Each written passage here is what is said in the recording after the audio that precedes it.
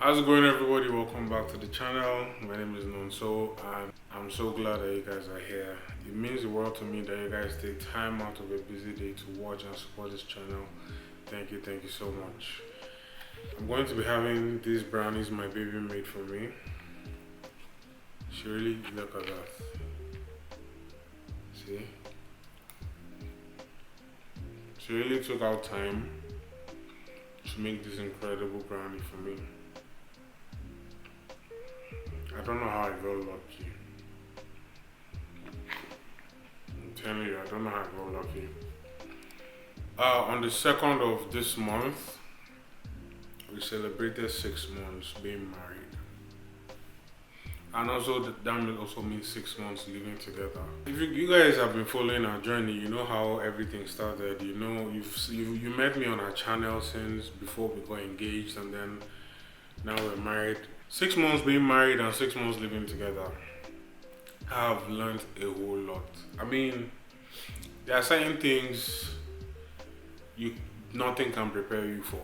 Nothing at all. And I mean, like, you can read books, you can ask questions, everything, but you will not really understand till you start living with the person. Me and my wife were completely different people. Like, I'm not dirty. I'm a clean person. But my wife takes cleanliness to a whole new level. Like, to the point where my cleanliness is bothering her. Do you understand? Like, it's almost like I can scrub something 10 times, but she scrubs it 100. Like, that's how much different we are. And I've been trying, because, you know, if you want a happy marriage, you really have to step up your game. I've been trying to up my game. I've been trying to help a lot more. The thing about living together is, if you're not prepared to compromise, if you're not prepared to do things that will make your partner happy, living with somebody else is going to be really, really stressful. I can't even explain how coming home and meeting someone that you're truly in love with makes a world of difference. You understand? Like, it is not. Imagine coming home after a hard day and you dread the person that you're going to go and meet in the house. Marrying somebody that you're truly into, truly in love with, makes all the difference in the world. What are you doing? Hey.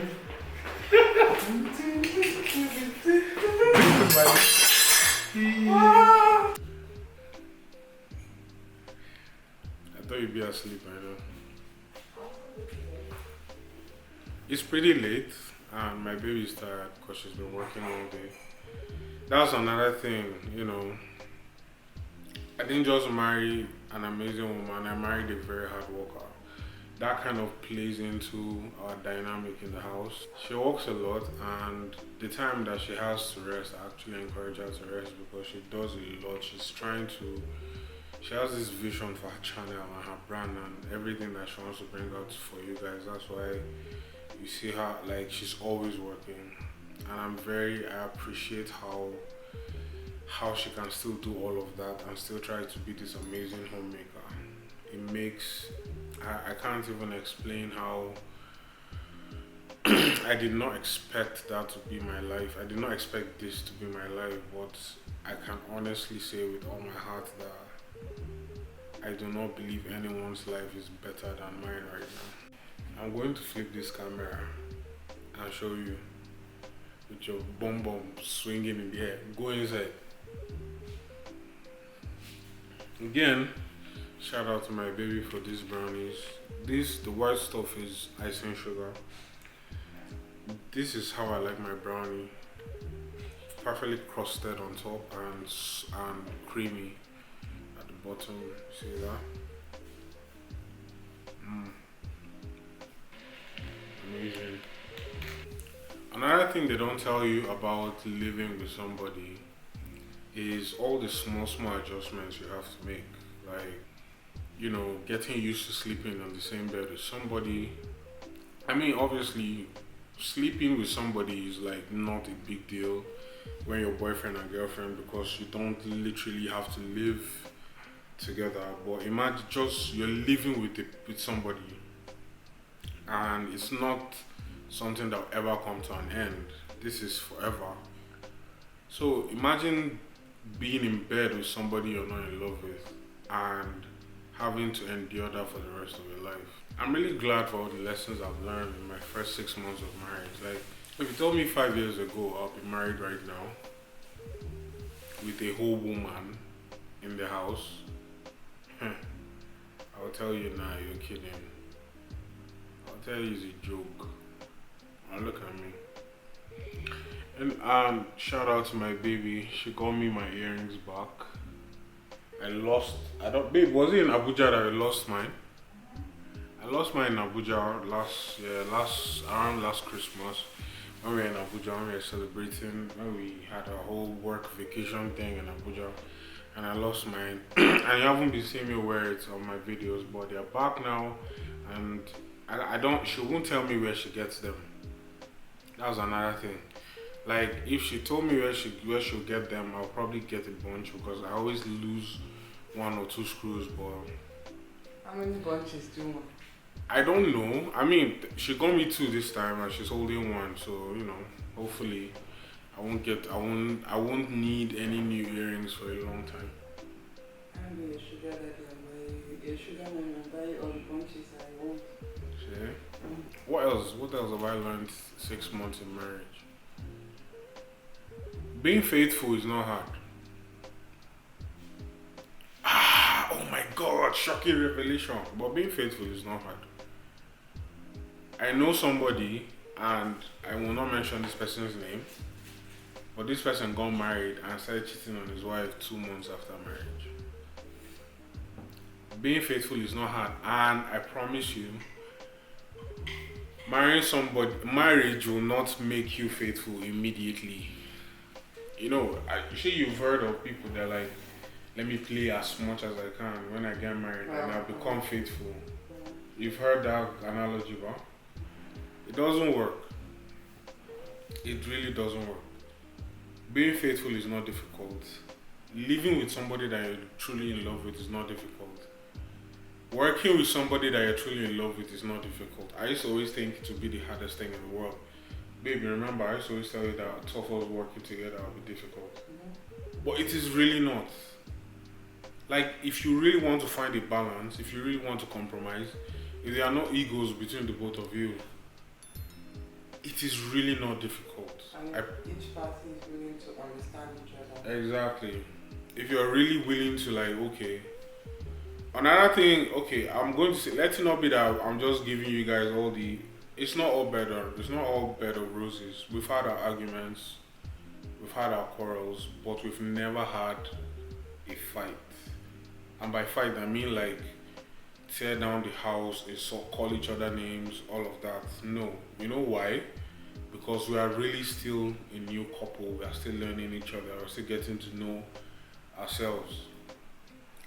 My baby recently opened up to me and told me that she's beginning to understand compromise better. Like I said, we are 2 different people. 2 different people. And the way that she wants things, or the way she's always had things, and the way I have always had things are completely different. And if you come into... Like, it couldn't be more opposite. Very opposite. I was telling them that me, I'm very clean, but your own cleanliness is like... Do you understand? And my cleanliness makes your cleanliness question its existence. Like, am I joking? Like, for real, your cleanliness makes my cleanliness looks dirty. And I'm not a dirty person. Like, for real, I'm really not. I'm so grateful for that. Yeah, so that's why it's like it almost like gives me a lot of anxiety and like what the hell, because it does I can scrub stuff, but I'm not scrubbing it onto Lydia Stanley level. So because of that, we came to a compromise. Okay, certain things that you like to be done a certain way, do it, and I'll handle the remaining. And it's been incredible. It's been really cool. Like, and you guys have seen a few videos of mine. Sorry, I have chocolate in my bed. I do not believe that cleaning the house is the woman's job. Your whole body is made of chocolate, baby. Did you guys ever eat bread and soak it inside tea? That's what Lydia is doing. And I can't show her because she's completely naked. Because obviously she doesn't wear clothes in the house. But like, you know, tea, and then she'll soak bread inside. Do you know I didn't do that thing for so many years till I met her, then I started doing it again. How else can you have bread and tea? I don't eat the bread and, No, that's and drink your tea. No, it's no, not no. stressful. No. This is how it's done. Premium way of eating bread. It's not any premium anything. Premium. It's not premium. Don't you know the art of soaking the bread but not letting it drop into the tea? It's a skill. It's a skill you have to master. Wow, Agbero. Compromise is probably one of the biggest things we've learned. Like figuring out what this person likes, what this person doesn't like. Going out of your way to really like do the small things. Because trust me, it is so easy to not do anything. It is so easy to not put effort, to not... You guys saw our Valentine's Day video. We didn't do that for content. We did that because we truly love each other and we wanted to make our day special. It's amazing that you guys watch all of this stuff and you guys see this part of us. But the most important thing while we are doing all of this is honestly to show our kids that this is how mom and dad lived. This is how we take care of each other. This is what we do. We've never done anything with the sole purpose of this will be content. No, we just want to share. We are just sharing. So I'm very grateful for 6 years. I'm praying for 6 months. I'm sorry. Why are you sorry? I'm praying for Speak it into existence. I'm praying for 6 years. Yes, baby. I'm praying for 60. I pray for long life. I pray for strong health, prosperity, and I pray for love. Amen. In our lives. Moving on to other topic. As you guys can see, I'm sweating really, really hard. I've been trying to clean my sweat in between takes, and I can't stop because now is one of the hottest seasons in Nigeria. I don't know about every other place. I know that Lagos will be humid like crazy, but I know also Abuja and Kaduna probably have similar weather. That means it's really, really hot. It's really, really dry. My question to all of you in committed relationship and marriages: does the hot weather affect your sex life? Me particularly, I feel like it does because I'm a big guy. I sweat a lot. And I feel I do not want to make my partner uncomfortable. Even though my baby has said she doesn't care, I don't want to make her uncomfortable. Because that would be a whole lot of sweating. So I just want to hear in the comment section, does the heat affect your sex life? Or just, I know it's very inconvenient for everything else. Just trying to walk from your house to somewhere close, you're already feeling all hot and sweaty and humid. I'm talking about trying to do something physical. I mean, if you're running, if you're exercising, that's different. You're sweating on yourself. Whereas now you're going to be sweating on somebody. Does that affect anybody else, or is it just me? Let me know in the comment section, please. How is the heat affecting you? Do you think our sex life is being affected? Yeah, in a way. We're not all cuddly. Yeah, we can't be cuddling all the time because of skin. Yeah. Well, yeah, I feel like it's reduced a bit. We can't cuddle. You know, like when it's always like your body's always. We can't do that for long periods of time because we'll just be all sticky and sweaty and irritated because the weather is so hot. And it's rained just once, wow. Yeah. It rained just once and it hasn't rained since. So we have been praying for the rain, and rain, you know guys, rain comes with cold, and that's what we're hoping for. Man, I know that now you truly understand when they say like weather for two because of the cold weather, and I don't think a lot of babies are being made around this time. But anyhow, let me know, because I feel like some of you are living in like typically air-conditioned houses and you guys are not even feeling anything, like from your air-conditioned car to your air-conditioned house, so you don't understand what I'm saying. Baby. So let me know if it's affecting you guys, because man, They don't. care about bills, electricity bills, Nah, 247 Nigeria is too expensive AC. for 247 aircon. I swear. It's too expensive for that. I want to say a big thank you to everybody that's been checking up on us, on me, my wife. It hasn't been easy. For those of you that don't know, a few weeks ago, the Kaduna International Airport was attacked by terrorists and one person was killed. And not long after that, the one safe mode of transportation that we have from Kaduna to Abuja was bombed on its way from Abuja coming back to Kaduna. We've been living in this state for a long time. This is where we were born, me and my girl. We were born here. We've seen all kinds of unrest, all kinds of riots. I was in Kaduna during the 99 crisis when we were in KD2. We literally had to run for our lives. But it almost feels like that point you could actually escape. You could actually run for your life if you chose to. We feel like we are being boxed in. We feel like, because this is the thing, after the airport was attacked and the train station was attacked, not up to 4 days, 22 people were kidnapped on the highway, the Kaduna Abuja highway. And everybody knows that the one road connecting Abuja to Kaduna is basically a kidnappers hotspot. That is where they operate. And people that still travel, people still have to travel on that road because they don't have a choice, they don't have an option. The theory around was they were attacking the train station because they wanted more people to go back to being on the road. So there'll be more kidnappings. And it is so sad because those 22 people that were kidnapped on the road was only 24 hours after the IG of police came out and said that the road was safe. Like, it's almost like they are daring the police and they're daring the military to come and arrest them or to come and fight them, and nothing is being done.